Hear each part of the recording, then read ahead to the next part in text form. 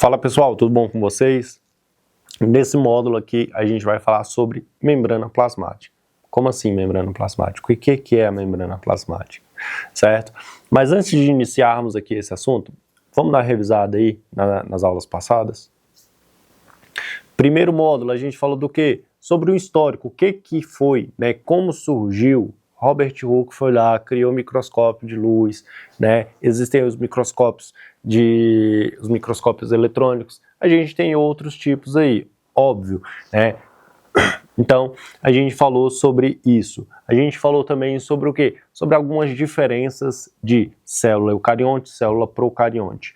Na aula passada, a gente falou um pouco mais, a gente aprofundou, né, sobre esse assunto.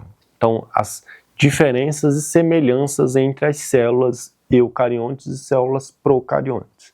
Células procariontes são aquelas células mais primitivas, certo? Aquelas células bem mais primitivas, que são mais simples, certo?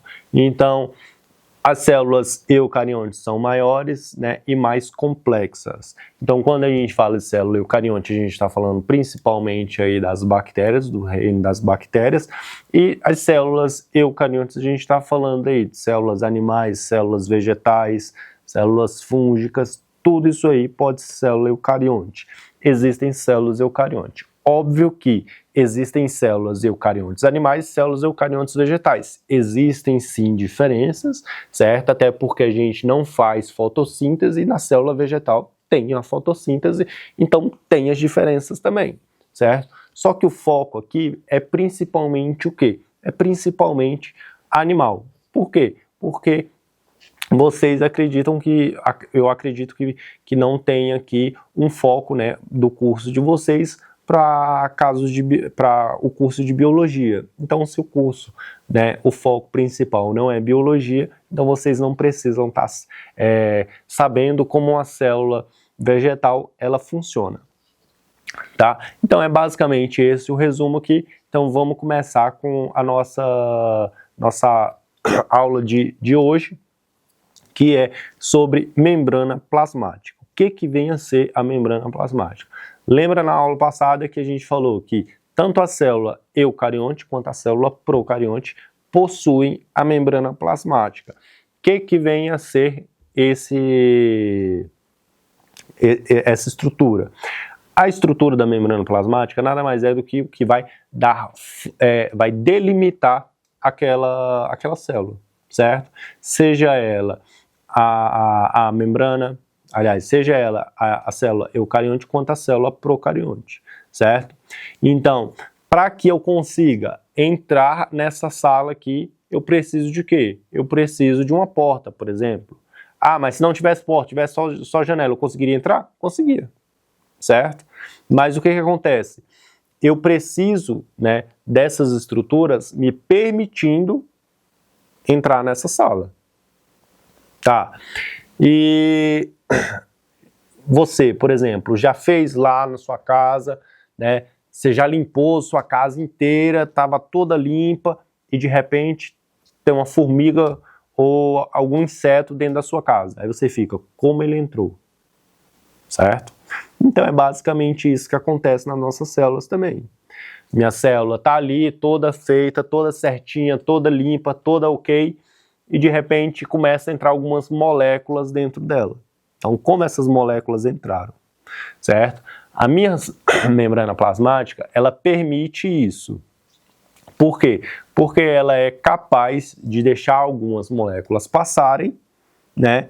Porém, algumas moléculas maiores só entram se a membrana permitir. Como assim? Na sua casa, entra qualquer pessoa ou só que você permite? Né? Acredito que só que você permite. Né? Não é a casa da mãe Joana, né, que vai entrar qualquer pessoa dentro da sua casa. Então, você precisa o quê? Abrir a porta, certo? Você precisa abrir a porta. Então, essa pessoa entra. Na célula, é do mesmo jeito. A membrana plasmática é o que a gente chama de mosaico fluido. Por quê? Porque ela tem movimento, ela consegue se movimentar, é como se ela fizesse isso aqui. Por que mosaico? Ela é formada por uma bicamada fosfolipídica. Tá, falou grego, certo? Como assim? Você tem um grupamento fosfato e um grupamento, né, de ácidos graxos ali. Ou seja, você consegue, na aula passada eu falei que o citoplasma é um meio aquoso, ou seja, água dentro da célula. Se aquela água dentro da célula e a membrana plasmática ela é fosfolipídica, o que é isso? Tá, vamos lá, vamos voltar aqui. O que é o lipídio? Lipídio é gordura, certo?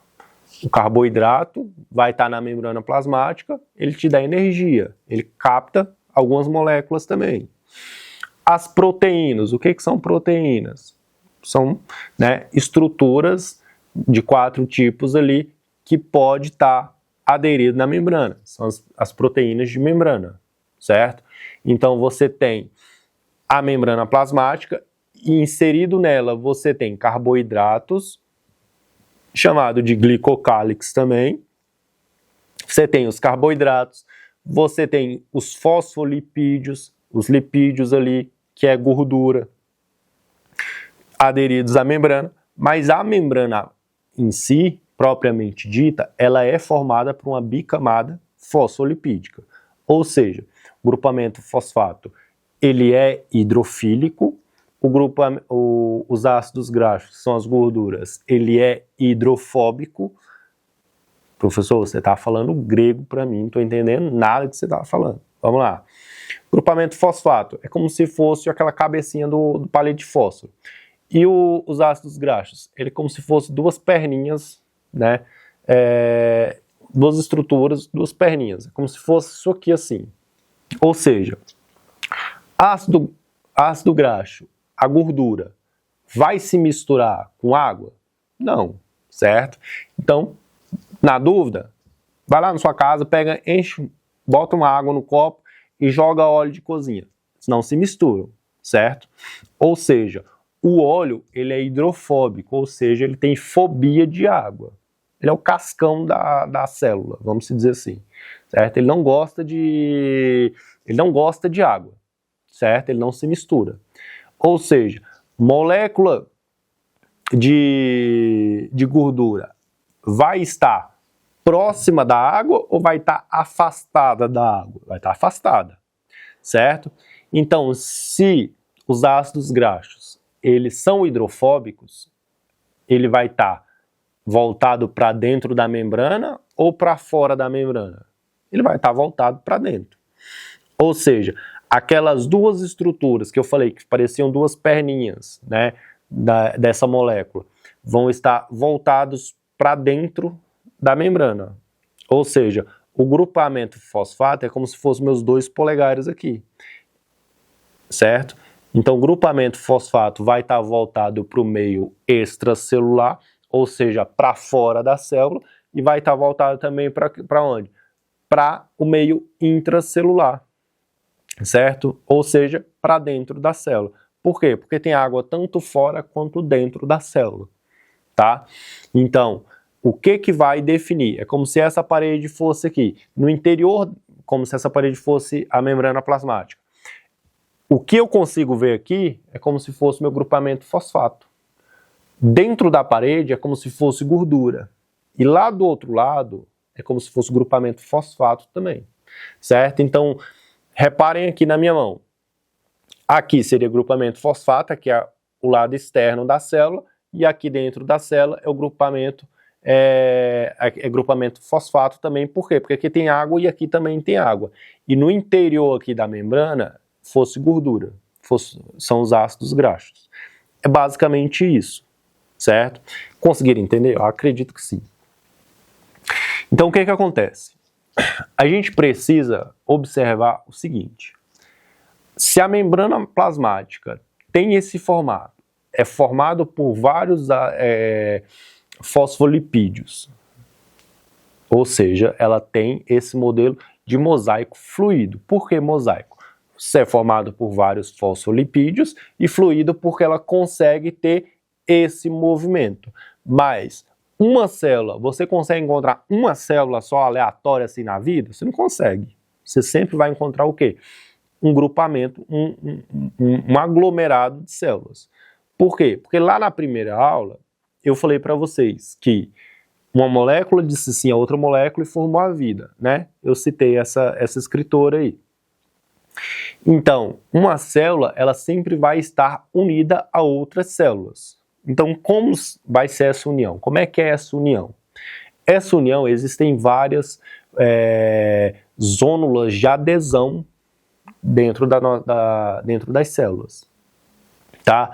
Então, você tem o desmossomos, a zônula comunicante, zônula de adesão basal, tudo isso aí você tem na célula. Por quê? Porque ela está grudada uma na outra, certo?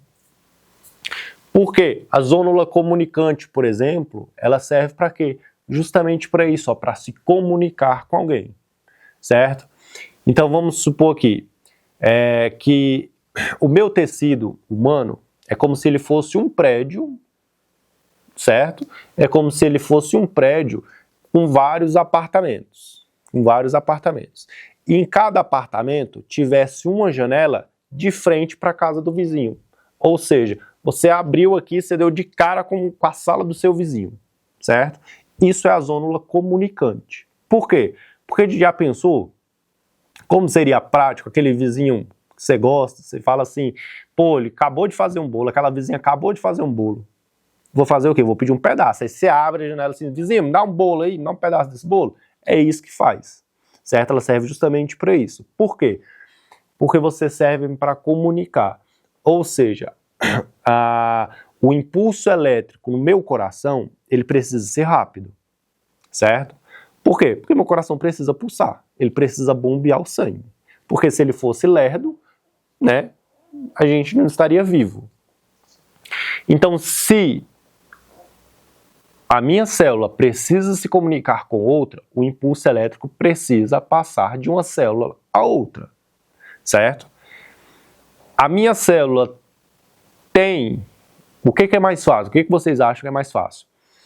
A minha célula fazer todo um processo para mandar esse impulso elétrico para outra, ou simplesmente ter uma zona, uma área de comunicação entre as células e esse impulso passar direto? É muito mais fácil que esse impulso passe direto.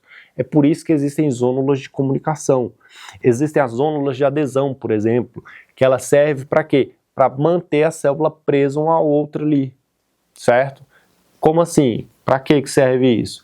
É por isso que eu consigo pegar a minha mão, consigo pegar a minha pele aqui e ela não rasgar, e ela não se romper, eu consigo puxar. Por quê? Porque as minhas células estão grudadas umas às outras, elas estão firmes umas às outras ali. Da mesma forma que quando eu banho, quando eu mergulho numa piscina, numa cachoeira, numa praia, certo? Quando eu tomo banho de mar, de rio, de qualquer coisa, eu não vou encharcar de água. Meu corpo, ele não entra água pela minha pele. Por quê? Porque as minhas células estão ali, ó, unidas, elas estão coladas umas às outras. Ela impede com que essas moléculas entrem no meu organismo. É basicamente isso. Essas zônulas de adesão, essas zônulas comunicantes, elas servem justamente para isso, certo? Da mesma forma que o quê? Que a gente precisa entender que as minhas células, as nossas células, na verdade, elas utilizam transportes, certo? Falei com vocês no início da aula que existem, né, o modelo mosaico fluido, que só entra na célula e sai da célula quem ela permite, certo? Então, se a minha célula está aqui, eu preciso nutrir essas células. Como é que eu vou fazer uma nutrição da célula? Como é que essa célula pega o nutriente? Ela pega o nutriente do meu organismo, certo? Se ela vai captar nutriente do meu organismo, se, por exemplo, lá no carboidrato que tem na minha célula, que tem aderido lá à membrana da minha célula, aquele carboidrato captou um nutriente, ele consegue, se ele for útil para a célula, ele consegue absorver aquele nutriente, né? Mas só se for útil. Se não for útil, ele manda embora, ele nem capta, certo? Isso é justamente para quê? Para que a célula, ela possa atingir a homeostase celular. Entendi nada, não sei nem o que é homeostase, pelo amor de Deus, me explica. O que é homeostase? Homeostase é o estado de equilíbrio do meu organismo, ou seja, o meu estado saudável. O meu corpo consegue atingir a homeostase? Não, ele está sempre em busca dela, certo? Mas ele nunca está 100% com a homeostase ali intacta, tá? Então a homeostase é o meu estado de equilíbrio. Como assim, professor? Se você não está com nenhum problema, se você não está com nenhuma doença, se você está com todos os seus sinais vitais ok, então você está na busca aí da homeostase. Seu corpo está o tempo inteiro ali buscando a homeostase. Você está no seu estado saudável. Mas, a nível celular, o seu corpo está ali, ó, trabalhando a milhões. Por quê? Porque você comeu, sei lá, você almoçou fora, comeu aquela feijoada, que é uma comida muito salgada, o seu corpo precisa o quê? Precisa reter líquido. Então ele capta água. Aí você comeu, por exemplo, você tomou um remédio diurético. Aquele remédio ali vai agir no seu organismo para ele liberar água. Então ele está o tempo inteiro ali, ó, né, equilibrando, fazendo reações químicas justamente para isso.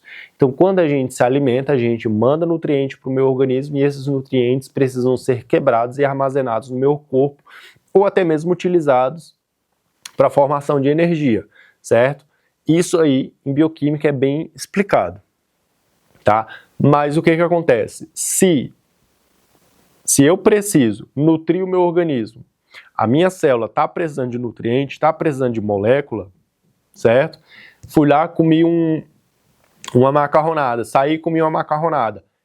Esse macarrão precisa ser o quê? Você precisa ser reabsorvido no meu organismo, certo? Então a minha célula, a minha membrana celular vai pegar esse macarrão, né?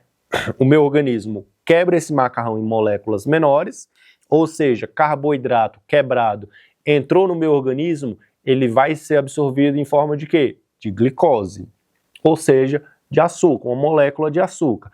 Aquela açúcar vai entrar no meu organismo, vai entrar na minha célula para fazer alguma reação, né? Ele precisa ser absorvido aí, tá? Então, nisso aí, se a minha célula está precisando, por exemplo, de uma molécula de açúcar, ela deixa essa molécula entrar. Isso aí, a gente já entra em quê? A gente já entra no transporte, né, celular. Como assim, transporte celular? Falei aí, né, já dei algum spoiler na aula passada sobre o que vem a ser esse transporte celular. A gente tem aí os tipos de transporte ativo e o transporte passivo. Como assim? A gente tem o transporte passivo, que ele não tem gasto de energia, ou seja, a minha célula ela consegue fazer esse transporte passivo tranquilamente, sem gastar energia, ou seja, eu não me canso, meu organismo não vai ficar cansado. Diferentemente do transporte ativo, que ele vai precisar gastar energia, certo? Então vamos falar um pouco sobre transporte celular. A gente começa falando sobre transporte passivo, que é difusão simples, que é aquele exemplo lá que eu falei para você. Você limpou sua casa, daqui a pouco tem um inseto dentro da sua casa. Ele entrou como? Não sei, ele entrou. Você sabe que ele entrou. É a mesma coisa da célula. Quando você, né, come, por exemplo, uma comida um pouco mais salgada, um churrasco, por exemplo, que ele tem um pouco mais de sal, esse sódio vai entrar na sua célula e o seu corpo ele precisa de quê? Ele precisa fazer homeostase. Então ele precisa equilibrar tanto dentro da sua célula quanto fora a quantidade de sódio. Aí você comeu uma comida bastante salgada, certo? Você comeu uma comida bastante salgada, então tem muito mais molécula de sódio dentro da sua célula do que fora. O seu corpo precisa de quê? Precisa de molécula de água. Então, algumas moléculas entrarão por difusão simples, certo? Por difusão simples. É aquelas moléculas que entram através da membrana. A membrana deixa passar e ela entra tranquilamente. Por quê? Porque se você deixar uma molécula de grande quantidade de sódio dentro da sua célula desidrata e ela morre. E ela não pode isso. Lembra que eu falei que a célula está o tempo inteiro buscando o quê? A homeostase. Certo? Ou seja, são moléculas que passam da membrana plasmática porque são pequenas. São moléculas menores que passam através da membrana plasmática. Diferente da difusão facilitada. A difusão facilitada, ela precisa de uma proteína de transporte. Ou seja, ela precisa da porta da sua casa, certo? A sua célula precisa permitir com que aquela molécula maior, que é, por exemplo, a molécula de glicose, ela entre dentro da sua célula, ou ela saia da sua célula, certo? Quando, por exemplo, comeu bastante doce, seu corpo vai absorver todo esse açúcar. Então, a molécula chegou, abre uma membrana, abre uma proteína, essa molécula entra dentro, passa por essa proteína e vai para dentro da sua célula, certo? É como se fosse a sua porta de casa. Chegou uma visita, você vai deixar entrar? Vai, você abre, a visita entra, você fecha a porta. Ah, mas chegou, sei lá, chegou um parente que você gosta e um parente que você não gosta. O que você faz? Você deixa só o parente que você gosta entrar.